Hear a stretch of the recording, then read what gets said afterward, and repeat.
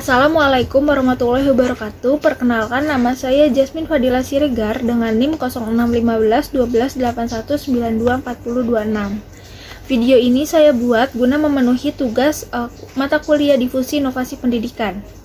Di sini saya akan mereview dari materi kuliah umum yang telah disampaikan oleh Bapak Ricky Nelson mengenai teknologi tepat guna.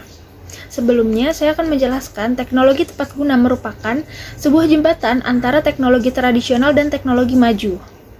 Pada kuliah umum kemarin, Bapak Ricky Nelson membagikan ilmunya pada saat beliau mengabdi di sebuah daerah yang bernama Ciheras.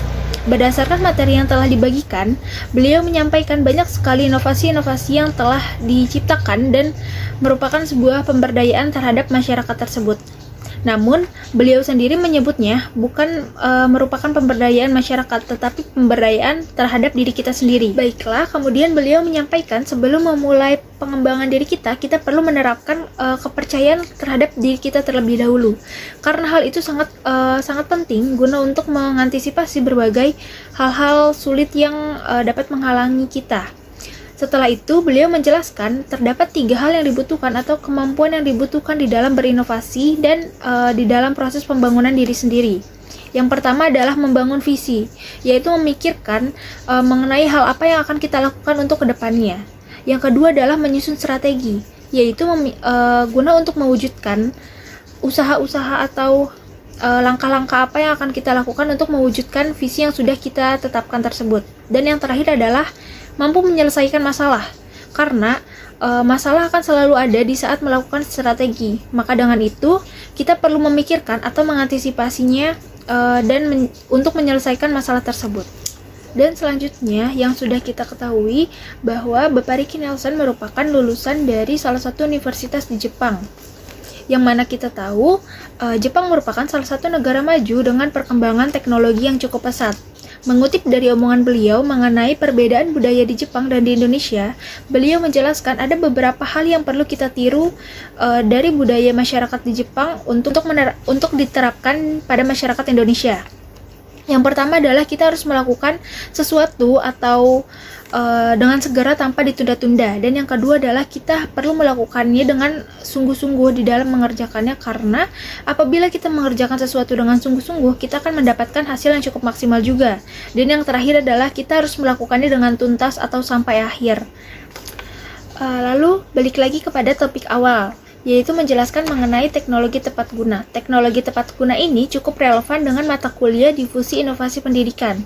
Pada mata kuliah ini, kita belajar mengenai rancangan-rancangan inovasi yang akan diwujudkan. Di sini saya akan menyebutkan beberapa inovasi-inovasi yang sudah dilakukan oleh Bapak Ricky Nelson. Yang pertama adalah beliau membuat kincir angin yang diletakkan pada daerah-daerah terpencil di Indonesia. Yang kedua adalah tidak sedikit dari masyarakat yang akhirnya menimba ilmu kepada beliau seperti cara membudidaya jahe dan rempah-rempah lainnya, yang kemudian akhirnya terciptalah inovasi beliau menciptakan mesin atau alat pencacah jahe yang nantinya dapat dipasarkan. Dan yang ketiga adalah beliau menciptakan mesin pencacah kacang yang selanjutnya masuk ke dalam proses penyumblingan yang nantinya menghasilkan minyak dan tepung. Selanjutnya, beliau memanfaatkan lahan bekas penggalian penambangan pasir besi yang membuat tanah itu menjadi gersang dan hancur. Kemudian beliau memanfaatkan tanah tersebut menjadi peternakan dan budidaya ikan. Dan yang terakhir adalah beliau mengajari masyarakat mengenai caranya berternak sapi dan domba dengan benar agar masyarakat menjadi terampil di dalam beternak. Pada saat beliau beternak, beliau memikirkan untuk menciptakan sebuah inovasi teknologi baru, yaitu mesin pencacah rumput, guna untuk mempermudah di dalam beternak untuk memberi makan hewan ternak tersebut. Dari inovasi-inovasi yang sudah dikembangkan oleh beliau, itu dapat membantu masyarakat untuk mendapatkan pekerjaan dari inovasi-inovasi yang sudah dikembangkannya.